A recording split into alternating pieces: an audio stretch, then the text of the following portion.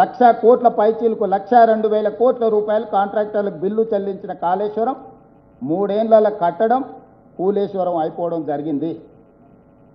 వారు కట్టిన command control రూమ్తో ఒక ఉద్యోగం వచ్చిందా? వారు కట్టిన సచివాలయంతో ఒక ఉద్యోగం వచ్చిందా? వారు కట్టిన ప్రగతి భవన్ అని ఆయన విలాసవంతమైన జీవితం కోసం బాత్రూమ్కు బుల్లెట్ ప్రూఫ్ అద్దాలు పెట్టుకున్న భవనంలో ప్రజలకు ప్రవేశం ఉండేనా? తెలంగాణ ప్రజలు సాధించుకున్న తెలంగాణలో తెలంగాణ పరిపాలనకు గుండెకాయ అయిన ప్రగతి భవన్లో ప్రజలకే ప్రవేశం లేదు, నిషేధిత ప్రాంతంగా ఉండే. ప్రజా యుద్ధ నౌక గద్దరన్న పోతే ఎర్రటెండకు 3 గంటలు బయట కూర్చోబెట్టిన పరిస్థితి ప్రగతి భవన్ ముందు మనం కళ్ళతో చూసినాం. వీటి వల్ల కానీ కాళేశ్వరం వల్ల కానీ 1 ఎకరాకైనా నీళ్ళు ఇచ్చిండ్రా? కాళేశ్వరం లేకుంటే ఈరోజు భారతదేశంలోనే అత్యధికంగా వరి ధాన్యాన్ని ఉత్పత్తి చేసి 1 సంవత్సరంలో 2,85,00,000 మెట్రిక్ టన్నుల వరి ధాన్యాన్ని ఉత్పత్తి నా ప్రభుత్వం సాధించింది. భారతదేశంలోనే ఉమ్మడి రాష్ట్రంలో కూడా ఆంధ్రప్రదేశ్ తెలంగాణ కలిసి కూడా ఆనాడు ఈ స్థాయిలో వరి ధాన్యాన్ని ఉత్పత్తి చేయలేదు. 65 లక్షల ఎకరాలలో వరి పండించి ఒక సీజన్లో, ఇంకొక సీజన్లో 54 లక్షల ఎకరాల వరిని పండించి 2 సీజన్లు కలిపితే దాదాపుగా 1,10,15 లక్షల ఎకరాలలో వరి ఉత్పత్తి చేసి 2,85,00,000 మెట్రిక్ టన్నుల వడ్లను ఉత్పత్తి చేసిన ప్రభుత్వం మాది. సో వారు 20 లక్షల కోట్లు 10 సంవత్సరాలలో చంద్రశేఖరరావు గారి చేతిలోకి వచ్చినాయి. అప్పులు గిప్పులు పోను. యావరేజ్గా సంవత్సరానికి 2 లక్షల కోట్ల రూపాయల బడ్జెట్ని యావరేజ్ చేసుకుంటే 20 లక్షల కోట్ల రూపాయలు వచ్చినాయి. నేను మీడియా మిత్రుల ద్వారా చంద్రశేఖరరావు గారిని, బీఆర్ఎస్ పార్టీని నేను అడుగుతున్నాను, 20 లక్షల కోట్ల రూపాయలతో నికరంగా తెలంగాణ రాష్ట్రంలో ఒక్క సాగునీటి ప్రాజెక్ట్ అయినా పూర్తి చేసిండ్రా? ఒక్క నూతన విద్యా సంస్థనైనా మీరు తీసుకొచ్చిండ్రా? ఉన్న యూనివర్సిటీలకు వైస్ ఛాన్సలర్స్నైనా నియమించిండ్రా? గ్రామీణ పాఠశాలల సింగిల్ టీచర్ పాఠశాలలు 5,000 పైచిలకు పాఠశాలలు మీరు మూత వేసిండ్రు. పేదలకు విద్యను దూరం చేసిండ్రు, రైతులకు వ్యవసాయాన్ని దూరం చేసిండ్రు, మహిళలకు రాజ్యాధికారాన్ని దూరం చేసిండ్రు, మహిళా సంఘాలను నిర్వీర్యం చేసిండ్రు. 0 వడ్డీ కానీ పావులా వడ్డీ కానీ 10 పైసలైన వాళ్ళు మీరు ఇచ్చిండ్రా? 5 సంవత్సరాలు అసలు మంత్రివర్గంలో మహిళలకు స్థానం ఇచ్చిండ్రా? 1,15,000 ప్రభుత్వ ఉద్యోగ ఖాళీలు ఉన్నాయని మొదటి అసెంబ్లీలో చంద్రశేఖరరావు గారి సమాధానం చెప్తే 10 ఏళ్ళైనా ఖాళీలను ఎందుకు భర్తీ చేయలే? అంటే ఉద్యమము తెలంగాణ రాష్ట్ర సాధన యొక్క ఆత్మనే చంపేసింది. ఏ ఒక్క ప్రాజెక్టు పూర్తి చేయాలి? 1,86,000 కోట్ల రూపాయలు సాగునీటి ప్రాజెక్టుల కాంట్రాక్టర్లకు చెల్లించిండ్రు. 1000 కోట్లతో పూర్తి కావాల్సిన కల్వకుర్తి పూర్తి కాలే, 2,000 కోట్లతో పూర్తి కావాల్సిన ఎస్ఎల్బిసి టన్నెల్ పూర్తి కాలే 10 సంవత్సరాల. భీమా, నెట్టంపాడు, కోయిల్ సాగరు, రాజీవ్ సాగర్, సీతారామ సాగర్ కింద పేరు మారింది, సమ్మక్క సారలక్కగా మారింది, ప్రాణహిత చేవెళ్ళ కాళేశ్వరంగా మారింది. ఏ ప్రాజెక్టు కూడా పూర్తి చేయలే. 1,86,000 కోట్ల రూపాయలు ఎక్కడికి వెళ్ళినాయి? 27,000 కోట్ల రూపాయలు పాలమూరు రంగారెడ్డి ఎత్తిపోతల ఖర్చు పెట్టి 1 ఎకరాకు కూడా నీళ్ళు ఇవ్వలేదు. ఏ రంగమైనా తీసుకోండి, వ్యవసాయ రంగం తీసుకుంటారా, విద్యారంగం తీసుకుంటారా, వైద్య రంగం తీసుకుంటారా? ఉస్మానియా హాస్పిటల్ 100 సంవత్సరాలు పూర్తి చేసుకున్నది, శిథిలావస్థకు చేరుతున్నది. అది హెరిటేజ్ బిల్డింగ్. ఉస్మానియా హాస్పిటల్ని కొత్త దగ్గర నిర్మించండి, కనీసం ఒక ఉస్మానియా హాస్పిటల్ని కూడా నిర్మించే ప్రయత్నం చేయలేదు. మొదలుపెట్టిన సనత్ నగర్ కిమ్స్ కావచ్చు, అల్వాల్ కిమ్స్ కావచ్చు, ఎల్బీ నగర్ కిమ్స్ కావచ్చు, లేకపోతే వరంగల్లో మొదలుపెట్టిన హాస్పిటల్ కావచ్చు, ఏది పూర్తి చేయకుండా అర్థాంతరంగా వదిలేసిపోయింది. హైదరాబాద్లో నిర్మించదలుచుకున్న ఆరామ్ గారు కావచ్చు, హైటెక్ సిటీ దగ్గర కట్టిన పీజీఆర్ ఫ్లైఓవర్ కావచ్చు, సిటీలో కూడా ఏవైనా ప్రాజెక్టులు మొదలుపెట్టినాయి, పూర్తయినాయా? ఒక్క ఉద్యోగం రాని, పైసా ప్రయోజనం లేని కమాండ్ కంట్రోల్ రూము, సచివాలయము, ప్రగతి భవన్ ఇవి పూర్తయినాయి. వేగంగా 6 నెలల నుంచి 9 నెలలు, 2 సంవత్సరాన్నర తిరిగే లోపల ఇవన్నీ పూర్తయినాయి. ఇవన్నీ ఎవరి ప్రయోజనం కోసము?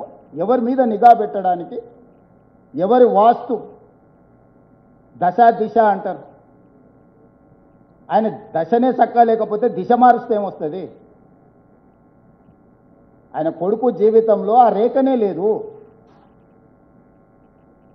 సొంత చెల్లెల్ని బుక్కెడు బువ్వ పెట్టకుండా బయటికి గెంటేసినోడు, మాగంటి గోపి తల్లిని బజార్లో అవమానించినోడు, సొంత చెల్లిని మాగంటి తల్లిని అవమానించిన వాడు, ఈ మహిళలకు రక్షణ కల్పించలేనోడు, ప్రజల యొక్క అభిమానం చురగొంటాడని తండ్రి అనుకుంటే కన్న ప్రేమ గుడ్డిది అని అన్నారు కదా. ధృతరాష్ట్రుడు ఎట్లయితే కళ్ళకు గంతలు కట్టుకొని ఆయన పిల్లల యొక్క దుర్మార్గాలను భరించిండో ఈరోజు ఆ పరిస్థితి తెలంగాణలో దాపురించింది. నేను వచ్చిన తర్వాత డిసెంబర్ 7, 2023 ప్రజాపాలన ఇందిరమ్మ ప్రభుత్వం ఏర్పడ్డ తర్వాత మీరేం చేసిందని మమ్మల్ని అడుగుతున్నా. ఎస్, అది ప్రతిపక్షం బాధ్యత, మమ్మల్ని అడగాలి, మేము చెప్పాలి. అది మా బాధ్యత చెప్పడం. అడగడం వాళ్ళ అధికారం, చెప్పడం మా బాధ్యత. అధికారాన్ని చేపట్టిన 48 గంటల్లోనే ఈ రాష్ట్రంలో ఆడపిల్లలకు బస్సుల్లో ఉచిత ప్రయాణానికి నేను సంతకం పెట్టినా. ఈనాటికి 7,100 కోట్ల రూపాయల ఆడబిడ్డలకు ఉచిత బస్సు ప్రయాణం వల్ల లబ్ధి చేకూరింది. నష్టాలలో ఉన్న ఆర్టీసీ రోజు లాభాల బాటలో నడిపిస్తున్న నేను. రాజీవ్ ఆరోగ్యశ్రీ నిర్వీర్యం చేస్తే దాన్ని పునరుద్ధరించి 5 లక్షల నుంచి 10 లక్షల రూపాయలకు నేను పెంచిన. ముఖ్యమంత్రి సహాయ నిధి నుంచి, రాజీవ్ ఆరోగ్యశ్రీ నుంచి ఈ 22 నెలల్లో దాదాపుగా 3,500 నుంచి 4,000 కోట్ల రూపాయలు నా ప్రభుత్వం ఖర్చు పెట్టింది. వదిలేసిన అన్ని హాస్పిటళ్లను కొలిక్కి పట్టుకొచ్చినాము పూర్తి చేయడానికి. 3,000 కోట్ల రూపాయలతో ఉస్మానియా హాస్పిటల్ పనులను ప్రారంభించినాము. ఎన్నో సంవత్సరాలుగా వాయిదా పడుతున్న హైకోర్టుకు 100 ఎకరాల భూమిని కేటాయించి 3,000 కోట్ల రూపాయలతోని దేశానికి ఆదర్శంగా ఒక హైకోర్టును నిర్మించుకోవాలని ఈరోజు పనులు ప్రారంభించినాము. ఆనాటి పథకాలను వేటిని రద్దు చేయలేదు. దోపిడీ జరుగుతున్న బతుకమ్మ చీరలను తీస్తే ఈరోజు ఆడబిడ్డలకు 2 మంచి చీరలు 1 కోటి మందికి ఇవ్వాలి అని చెప్పి చీరల పథకాన్ని పునరుద్ధరించినాము. ఆనాడు దొడ్డు బియ్యం ఇచ్చి బర్లకు దానా పెడుతుంటే ఈనాడు నేను సన్న బియ్యం ఇచ్చి 3,10,00,000 మంది ఈరోజు తెలంగాణ రాష్ట్రంలో సన్న బియ్యం తింటున్నారు. రేషన్ కార్డులు నేను ఇచ్చిన, 500 రూపాయలకు సిలిండర్ నేను ఇచ్చిన, 200 యూనిట్లు ప్రతి ఇంటికి పేదవాడికి 50 లక్షల కుటుంబాలకు ఉచిత కరెంటు నేను ఇచ్చిన, 3,10,00,000 మందికి సన్న బియ్యం నేను ఇచ్చిన, రాజీవ్ ఆరోగ్యశ్రీ 10 లక్షలకి నేను పెంచిన, 21,000 కోట్ల రూపాయలు 25 లక్షల మంది రైతుల కుటుంబాలకు రైతు రుణమాఫీ నేను చేసిన. ఇవాళ నేను 9,000 కోట్ల రూపాయలు 9 రోజుల్లో రైతు భరోసా ఖాతాల రైతుల్లోకి వేసి రైతు భరోసా పథకాన్ని ఆనాడు 6,500 ఉంటే ఈనాడు 9,000 కోట్లకు పెంచి రైతు భరోసా పథకాన్ని నేను అమలు చేసిన. షాదీ ముబారక్ కళ్యాణ లక్ష్మి కొనసాగించిన. ఏ ఒక్క పథకాన్ని కూడా చంద్రశేఖరరావు ప్రారంభించింది నేను రద్దు చేయలేదు. నేను అదనంగా సన్న బియ్యం ఇచ్చినా, రేషన్ కార్డులు ఇచ్చినా, ఉచితగా కరెంటు రైతులకు ఇవ్వడమే కాకుండా ఇండ్లకి 200 యూనిట్లు ఉచిత కరెంట్ ఇచ్చినా, 500 రూపాయలకు సిలిండర్ ఇచ్చినా, ప్రతి పథకాన్ని నేను అమలు చేసిన, అదనంగా చేసిన. ఏండ్ల నుంచి సమాజాన్ని పట్టి పీడిస్తున్నా. ఇక్కడ చాలామంది మిత్రులు ఉండొచ్చు, వర్గీకరణ మీద ఎవడైనా ఈ దేశంలో సాహసం చేసిండా? 35 సంవత్సరాల నుంచి ఎస్సీ వర్గీకరణ మీద పోరాటాలు చేసి పిల్లలు ప్రాణాలు కోల్పోయి ప్రాణం పెట్టి కొట్లాడింది.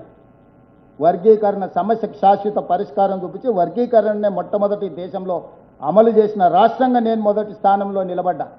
100 సంవత్సరాల నుంచి కులగణన జరగకపోతే బ్రిటిషర్స్ చేసిన కులగణన తర్వాత ఈ దేశంలో జనగణనలో కులగణన చేసి దేశానికి ఆదర్శంగా నిలబడి నరేంద్ర మోడీ కేంద్ర ప్రభుత్వం మెడలు వంచి రేపు జరగబోయే 2026 జనగణనలో కులగణన చేర్పించిన రాష్ట్రం తెలంగాణ రాష్ట్రం.